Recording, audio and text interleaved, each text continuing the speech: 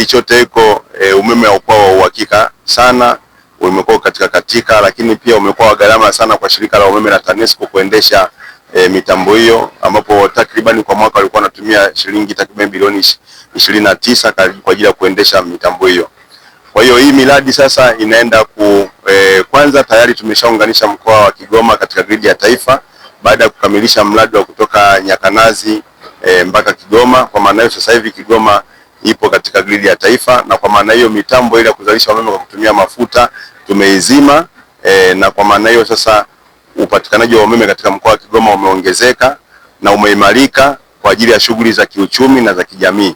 Lakini pia kutokana na hilo sasa kama nchi tayari Mheshimiwa Rais wa Jamhuri ya Muungano wa Tanzania Dr. Samia Suluhu Hassan ameelekeza kwamba tufikishe megawati za umeme zipatazo 8,000 ikifika mwaka 2030. Kwa katika mipango hiyo ya kutekeleza maelekezo ya Mheshimiwa Rais, mpango mmojawapo wa serikali ni huu wa kujenga kituo cha kuzalisha umeme megawati 49.5 kwa ajili ya kuongeza uzalishaji wa umeme nchini. Mpaka tunavyoongea hapo uzalishaji umeshafikia megawati 4,073 kwa vyanzo mbalimbali, vyanzo vya maji, vyanzo vya gesi, lakini pia vyanzo vya kutumia jua. Na kwa sasa hivi vyanzo vinavyotarajiwa kuingia ni pamoja na Malagarasi, lakini pia tunatarajia kukamilisha mradi wa Kishapu ambapo unaenda kuingiza megawati 50 ikifika mwezi Januari kwa kutumia jua. Kwa hiyo lengo la ziara hii sasa ni kutaka kuhakikisha hii miradi inafanyika kwa wakati, inakamilika kwa wakati. Kwa hiyo tumekuja kuangalia changamoto ambazo zinazoikabili miradi hii kwa ajili ya kuweza kuitatua. Na tupo na wakandarasi, tumefanya vikao na wakandarasi, lakini pia na mshauri mwelekezi pamoja na TANESCO kwa ajili ya kuhakikisha kwamba changamoto zilizopo tunaziondoa. Changamoto hizo tulizoziona hapa ni pamoja na vifaa vichache vya kufanyia kazi, lakini tumeshakubaliana na mkandarasi aweze kuongeza vifaa vya kufanyia kazi. Lakini tumeona pia kutokana na kazi kubwa inayotakiwa kufanyika hapa na kwa muda uliopo sasa hivi tumetaka wafanyakazi waongezwe ili kazi ifanyike kwa wakati.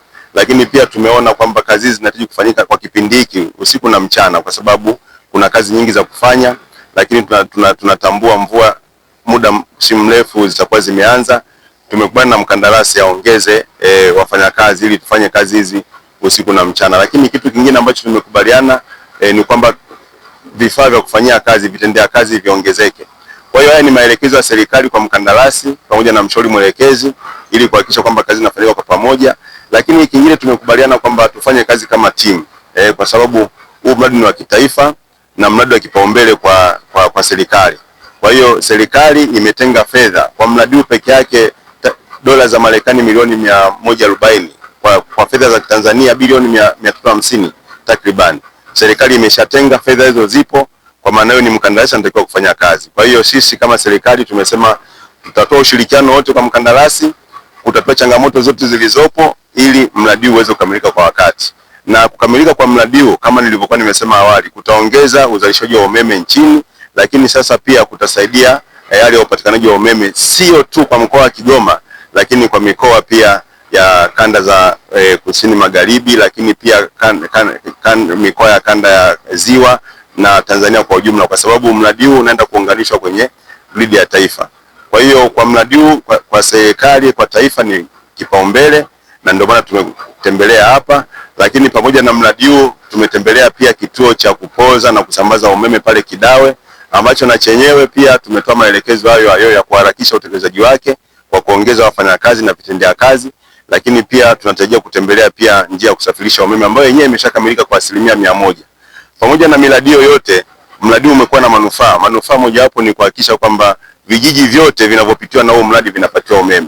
Kwa hiyo vijiji 7 na vitongoji vyake 18 vimeshapatiwa umeme kupitia mradi huu, na hii sasa inaongeza inaenda kutekeleza lile lengo la kufikisha 100% ikifika mwaka 2030. Kwa hiyo kwa ujumla tumeridhishwa na kazi hali inayoendelea sasa hiyo utekelezaji wa mradi, lakini tumetoa maelekezo kwamba kasi iliyopo iongezwe ili mradi uweze kukamilika, na tutaendelea kufuatilia utekelezaji wake wa maagizo hayo ili kuhakikisha kwamba mradi unakamilika kwa wakati.